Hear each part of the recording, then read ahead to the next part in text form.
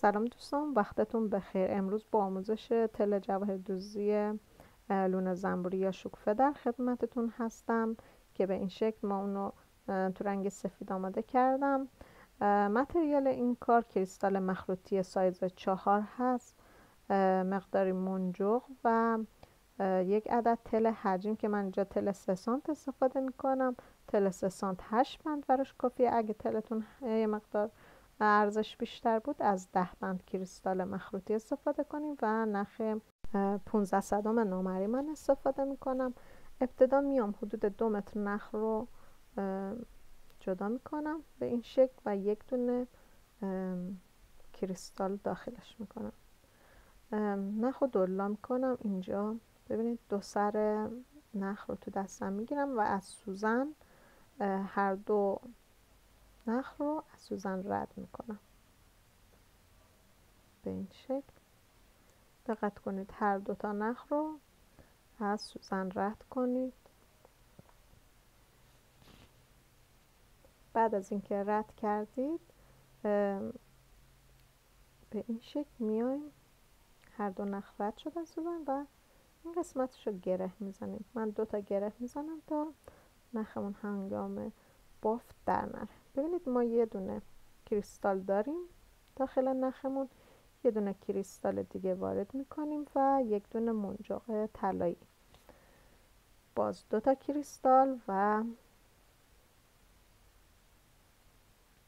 به این شکل و یک منجاق طلایی. من برای رنگ قرمز از منجاق طلایی استفاده کردم و برای رنگ سفید از منجاق نقره‌ای استفاده کردم. ببینید به این شکل به ترتیب 2 تا کریستال، یه منجاق، 2 تا کریستال، یه منجاق داخل نخ میکنیم تا اینقدر آماده بشه. ما اندازه روی تلمون احتیاج داریم به این کریستال ها. ببینید به این شکل میگیریم، اندازه میگیریم. میتونید از متر پارچه‌ای هم استفاده کنید که خیلی راحت تره. ببینید به این شکل اینجا ما حدود 1 سانت از هر دو طرف کمتر میگیریم و اینجا میم شروع میکنیم به بافتمون. برای شروع بافت من همونجا 2 تا منجاق، 2 تا کریستال، یک منجاق، 2 تا کریستال و یک منجاق رو وارد میکنم. ببینید دوستان من اندازه رو که گرفتم میام 3 جفت دیگه کریستال داخل نخ میکنم تا اون حلقه بافت رو که میخوایم بافت رو انجام بدیم داشته باشیم. ببینیم این جفت اول، این جفت دوم و اینم جفت سوم. این و از ببینید من آخری رو منجاق داخلش نکردم و منجاق چهارم سوزن رو رد میکنم به این شکل. اینجا یه حلقه ایجاد میشه. ببینید به این شکل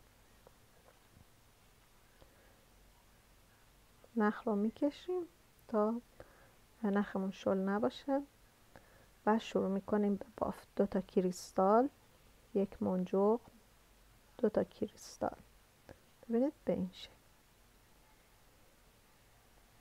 2 تا کریستال، یک منجاق، 2 تا کریستال. میم از منجاق اولی کار نداریم، دومی هم هیچی. از منجاق سوم سوزن رو رد میکنیم به این شکل. باز دوباره 2 تا کریستال، یک منجاق و 2 تا کریستال.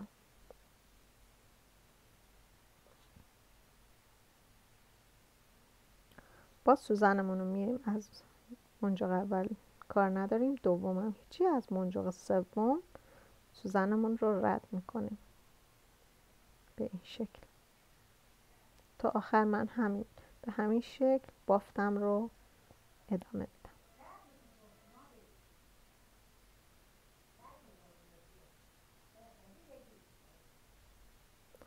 خب من تا این قسمت بافت رو انجام دادم و حالا این قسمت کار ببینید برای من 2 تا اضافه اومده و من 2 تا دیگه بافت میزنم. اگه براتون یک جفت کریستال اضافه اومده بود باید 3 جفت کریستال به سوزن کنید. اگه 3 جفت اضافه آمده بود 1 جفت و برای من همینطور که می‌بینید 2 تا اینجا اضافه اومده، من 2 تا کریستال و 2 تا منجق داخلش میکنم و به این شکل رد میکنم. ببینید من از 1 جفت رد کردم و منجق در آوردم تا این حالت لوزی ایجاد بشه.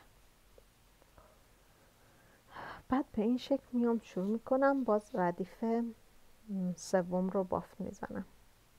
بافتمون به همون شکل که اول بافتیم شروع کردیم، 2 تا کریستال، 1 منجق و 2 تا کریستال و باز میایم از منجق سوم سوزن رو رد میکنیم. ببینید به این شکل 2 تا کریستال، 1 منجق، 2 تا کریستال و میام از منجق سوم سوزن رو رد میکنم. به همین شکل تا آخر بافتمون رو انجام میدیم. دوستان اگه بین کار نختون تموم شد به این شکل ببینید بعد از اینکه من از منجق سوم نخ رو رد کردم اینجا میام از بین 2 تا کریستال سوزن رو در میارم، نخ رو بین انگشتام میگیرم، به این شکل یک حلقه اینجا ایجاد شد. من سوزنم رو 2 بار دورش میپیچم و نخ رو میگیرم اینجا محکم میکشم تا نخم شل نباشه. حالا میام سوزن رو بین کریستال ها رد میکنم و بین 2 تا کریستال دیگه در میارم. یه گرم این قسمت کار میزنم. ببینید به این شکل سوزن رو 2 بار دور نخ میچرخونم و میکشم و سوزن رو از بین مهره ها و کریستال ها رد میکنم و نخ اضافهش رو جدا میکنم. ببینید به این شکل. حالا برای شروع بافتمون میام نخ رو از بین آخرین کریستالی که ما بافت زدیم توی ردیفمون رد میکنم به این شکل و باز حدود 1 نخ دولا ما نیاز داریم. اینجا میام 2 سر نخ رو جدا میکنم. باز به همون شکل کار رو شروع کردیم، هر 2 سر نخ رو از سوزن رد میکنیم و یک گره اینجا ایجاد میکنیم تا هنگام بافت راحت تر باشه. ببینید به این شکل یک مقدار میکشیم تا گره کیپ بشه و راحت بتونیم از منجق ها رد کنیم. خب ما از آخرین کریستال نخ رو رد کردیم، میام از منجق آخری هم سوزن رو رد میکنم به این شکل و باز بافتمون رو به همون شکل ادامه میدیم. 2 تا کریستال، 1 منجق و 2 تا کریستال. هر جای کار که نختون تموم شد به همین شکل میتونید دوباره نخ جدید اضافه کنید و بافتتون رو ادامه بدید.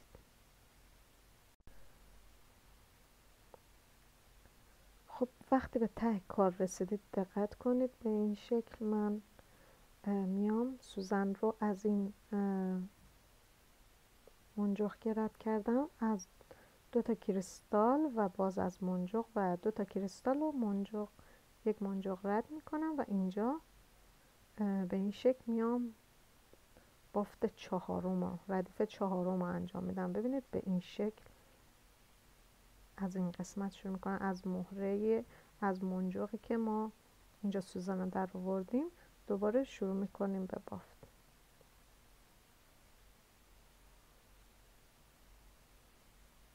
دو تا کریستال، 1 منجق و 2 تا کریستال. این ردیف رو هم به همون شکل تا آخر میبافیم.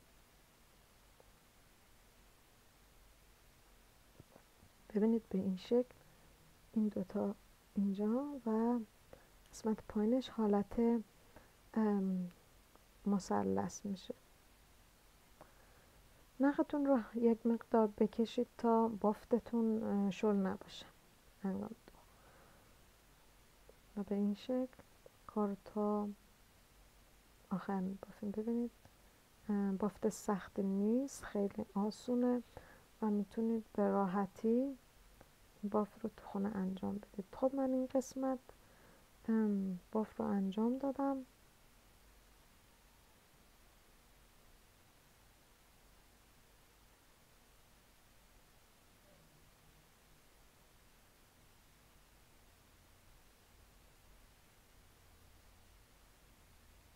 هر جا نختون تاب افتاد حتما با حوصله اون رو جدا کنید که بافتتون تمیز در بیاد، گره نخوره کارتون. حتما نخ تو دستتون بگیرید تا بافتتون راحت تر باشه.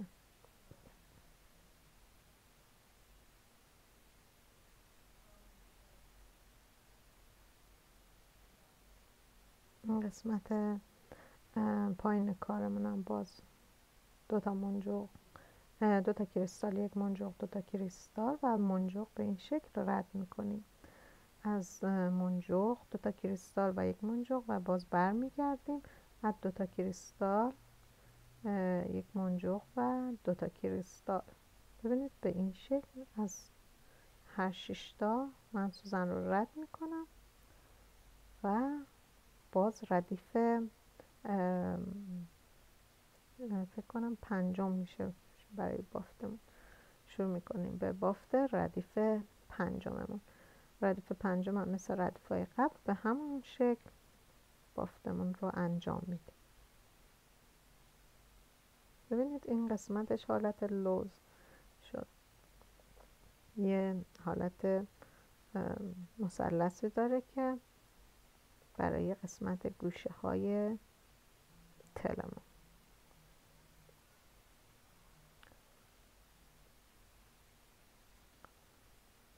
خب بافتمون رو به همین شکل ادامه میدیم تا اون سر کارمون برسیم. خب من اینجا بافت رو انجام دادم، به این شکل کارمون در اومد و ببینید این قسمت کارمون به این شکل در میاد. اینو به حالت هر کدوم از این حلقه ها به حالت یک لوز در میاد و این قسمت کارمون هم به همین شکل. وقتی به قسمت گوشه کار رسیدیم، قسمت پایین کار، باز ببینید من 2 کریستال، 1 منجوق و 2 کریستال به این شکل برمیدارم. از منجوقمون رد میکنم و از متریال قسمت پایین از همشون منجوق و کریستال به این شکل رد میکنم سوزنم رو.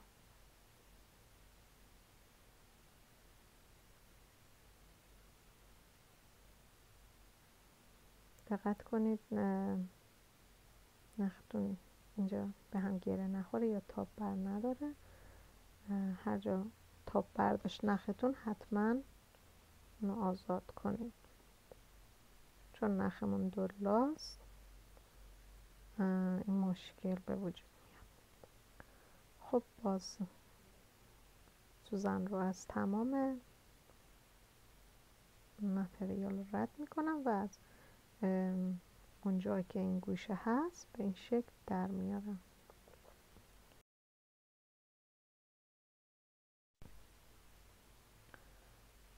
خب همینطور که میبینید بافتمون به این شکل در اومد.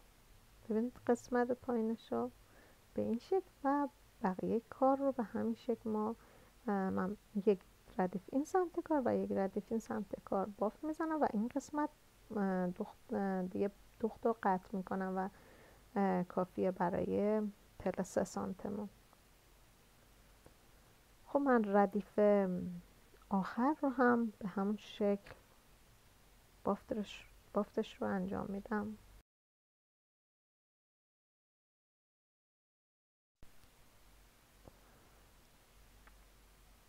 نختون رو یک مقدار بکشید تا بافتتون شل نباشه و به همین شکل ردیف آخر رو هم بافتش رو انجام میدیم.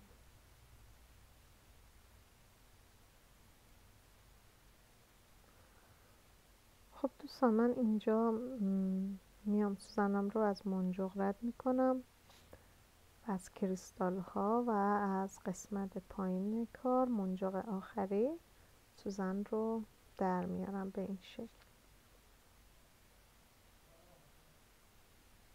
سوزن رو برمیگردونم و میام از اونجا که این قسمت گوشه در اومده، به این شکل سوزن رو در میارم.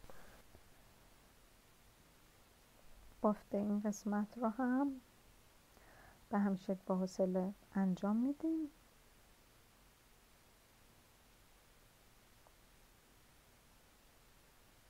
دو تا کریستال، یک منجق و دو تا کریستال.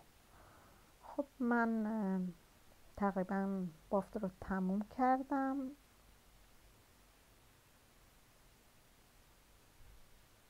اینجا دو تا کریستال، یک منجق و دو تا کریستال ردیف آخر رو هم انجام میدم و سوزن رو برمیگردونم از متریال، از کریستال، منجق ها و کریستال. چون نخم بلنده از نوک کار در میارم و به این شکل یک گره این قسمت کار ایجاد میکنم. نخ رو قطع نمی کنم، همین نخ رو شروع میکنم به وصل کردن روی تل.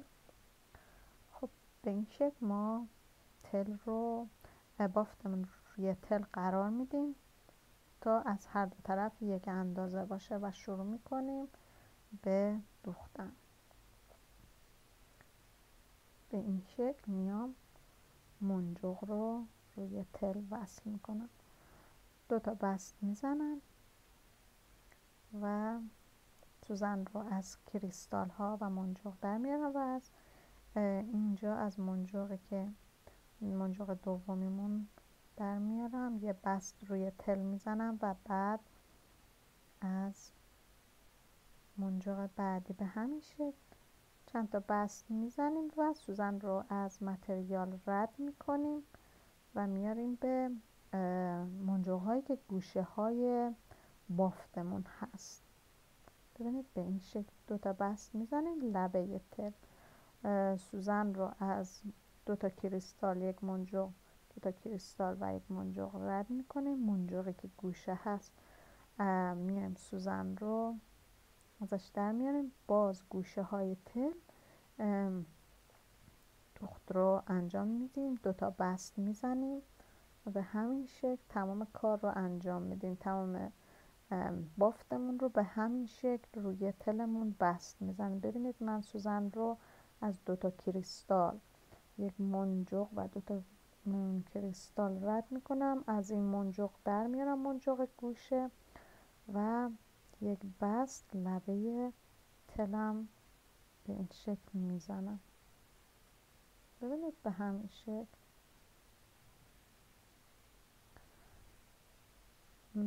من اینجا نخم تموم شد، میام بست آخر رو که زدم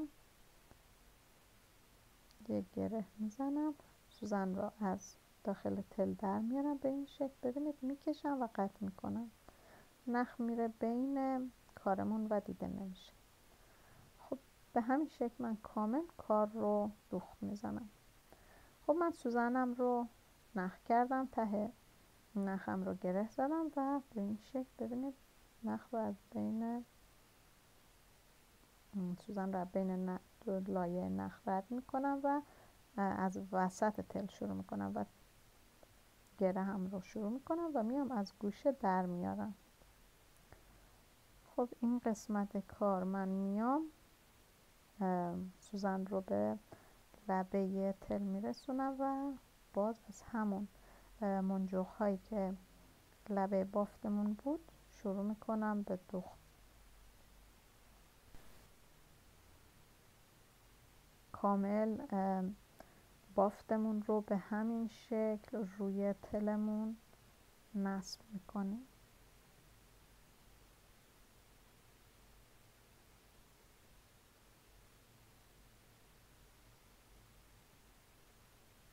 یک مقدار گوشه های کار رو میکشیم تا بافتمون هم حالت لوزی خودش رو شکل بده.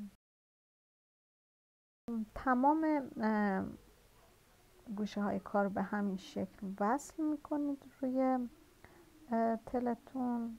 بعد از اینکه وصل کردین نخ رو یک گره میزن و اضافه نختون رو جدا میکنید. همطور که میبینید من دو طرف کار دوخت زدم کامل و تل زیبامون به این شکل آماده میشه. امیدوارم از این آموزش هم خوشتون اومده باشه.